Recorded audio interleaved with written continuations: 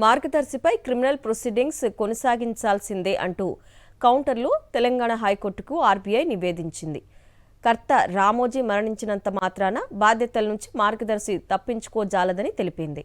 మార్గదర్శి రామోజీ వాదనలన్నీ శుద్ధాబద్దాలేనని కోర్టుకు ఆర్బీఐ తెలిపింది. అయితే రామోజీ నేరాలకు కుమారుణ్ణి జైలుకు పంపుతారా? ధర్మాసనానికి మార్గదర్శి తరపున వాదించడంతో పరోక్షంగా నేరం చేసినట్లు అంగీకరించినట్లయింది. తాము చెప్పే చేయలేదని ఒకసారిగా ప్లేటు పిరాయించింది మార్గదర్శి.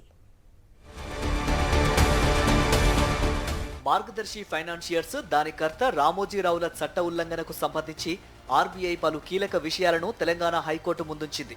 తాము వసూలు చేసిన డిపాజిట్ల విషయంలో ఏ ఒక్క డిపాజిటర్ కూడా తమపై ఫిర్యాదు చేయలేదంటూ మార్గదర్శి ఫైనాన్షియర్స్ రామోజీరావు చెబుతూ వచ్చిన దాంట్లో వాస్తవం లేదని ఆర్బీఐ హైకోర్టుకు నివేదించింది.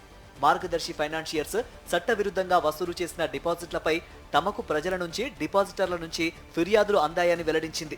డిపాజిట్ల వసూలు విషయంలో తమకు ఎలాంటి ఫిర్యాదు అందలేదన్న మార్గదర్శి రామోజీ వాదన శుద్ధ అబద్ధమని స్పష్టం చేసింది. ఇదే సమయంలో చట్టవిరుద్ధంగా ప్రజల నుంచి వేల కోట్ల రూపాయలు వసూలు చేసిన మార్గదర్శి ఫైనాన్షియర్స్ హిందూ అవిభాజ్య కుటుంబం కర్త చెరుకూరి రామోజీరావు మరణించిన నేపథ్యంలో తమపై క్రిమినల్ ప్రొసీడింగ్స్ ను కొనసాగించడం నిష్ప్రయోజనం అంటూ మార్గదర్శి ఫైనాన్షియర్స్ చేసిన వాదనను ఆర్బీఐ తోసిపుచ్చింది. మార్గదర్శి ఫైనాన్షియర్స్ రామోజీరావు ప్రజల నుంచి వేల కోట్ల రూపాయలను డిపాజిట్ల రూపంలో వసూలు చేశారని, ఇది ఆర్బీఐ చట్టం సెక్షన్ 45S కి విరుద్ధమని పునరుద్ఘాటించింది. అంతేకాక ఇలా ప్రజల నుంచి డిపాజిట్లు వసూలు చేయడం ఆర్బీఐ చట్టం section 58B sub class 5A ప్రకారం శిక్షార్హమని హైకోర్టు దృష్టికి తెచ్చింది. కాబట్టి రామోజీరావు మరణించినప్పటికీ మార్గదర్శి ఫైనాన్షియర్స్ పై ప్రొసీడింగ్స్ ను కొనసాగించాల్సిందేనని స్పష్టం చేసింది. రామోజీరావు మరణించినంత మాత్రాన మార్గదర్శి ఫైనాన్షియర్స్ తన బాధ్యత నుంచి తప్పించుకోజాలదని ఆర్బీఐ స్పష్టం చేసింది. తమపై మార్గదర్శి ఫైనాన్షియర్స్ చేసిన ఆరోపణలన్నింటినీ ఖండిస్తున్నట్లు తెలిపింది. అవన్నీ తప్పుడు, అసత్య ఆరోపణలేనని స్పష్టం చేసింది. మార్గదర్శి హెచ్యుఎఫ్ ఆర్బీఐ చట్టంలోని సెక్షన్ 45S పరిధిలోకి వస్తుందని మొదటి నుంచి తాము చెబుతూ వస్తున్నామంది. చట్ట ఉల్లంఘనల గురించి సెక్షన్ 45S వర్తిస్తుందన్న వాస్తవాన్ని ఎప్పటికప్పుడు మార్గదర్శి దృష్టికి తెస్తూనే ఉన్నామని తెలిపింది. డిపాజిట్ల స్వీకరణకు అనుమతినిస్తూ తాము సర్టిఫికెట్ జారీ చేశామన్న మార్గదర్శి వాదన శుద్ధ అబద్ధమని తేల్చి చెప్పింది. డిపాజిట్ల వసూలుకు తాము ఎన్నడూ మార్గదర్శికి అనుమతినివ్వలేదని స్పష్టం చేసింది. రామోజీ మరణించిన నేపథ్యంలో క్రిమినల్ ప్రొసీడింగ్స్ ను కొనసాగించడం నిష్ప్రయోజనం అంటూ మార్గదర్శి ఫైనాన్షియర్స్ దాఖలు చేసిన అనుబంధ పిటిషన్ ను కొట్టివేయాలని హైకోర్టును ఆర్బీఐ అభ్యర్థించింది.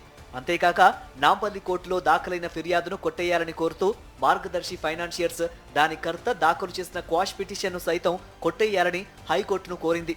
ఈ మేరకు ఆర్బీఐ కౌంటర్ దాఖలు చేసింది. చట్టవిరుద్ధంగా డిపాజిట్ల స్వీకరణ విషయంలో గత 18 సంవత్సరాలుగా న్యాయస్థానాల సాక్షిగా అడ్డగోలుగా అబద్ధాలు వల్లవేస్తూ వచ్చిన మార్గదర్శి ఫైనాన్షియర్స్ హెచ్యుఎఫ్ ఎట్టకేలకు న్యాయస్థానం ఎదుట నిజం అంగీకరించక తప్పలేదు. ఈ కేసు నుంచి బయటపడేందుకు మార్గదర్శి ఫైనాన్షియర్స్ వాస్తవాన్ని తెలంగాణ హైకోర్టు ముందుంచింది. తమ హెచ్యుఎఫ్ కర్త అయిన రామోజీరావు చేసిన డిపాజిట్ల స్వీకరణకు ఆయన కుమారుణ్ణి బాధ్యుణ్ణి చేరాదంటూ వాదిస్తోంది. తండ్రి చేసిన నేరానికి కుమారుణ్ణి శిక్షిస్తారా అంటూ ప్రశ్నిస్తోంది. ఒకవేళ తండ్రి నేరం చేసినా కుమారుణ్ణి జైలుకు పంపించడం ఎంతవరకు సమంజసమని నిలదీస్తోంది. తద్వారా రామోజీరావు చట్టవిరుద్ధంగా ప్రజల నుంచి డిపాజిట్లు వసూలు చేశారన్న నిజాన్ని హైకోర్టు ముందు పరోక్షంగా అంగీకరించినట్లయింది.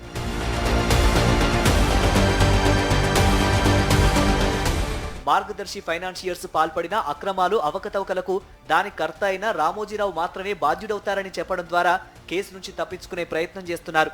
అంతేకాక కొత్త కర్త కిరణ్ నియామకంతో మార్గదర్శి హెచ్యుఎఫ్ పునరుద్ధరించినట్లయిందని, అందువల్ల తమకు ప్రాసిక్యూట్ చేయడానికి వీల్లేదంటూ కొత్త వాదనను కూడా తెరపైకి తెచ్చింది.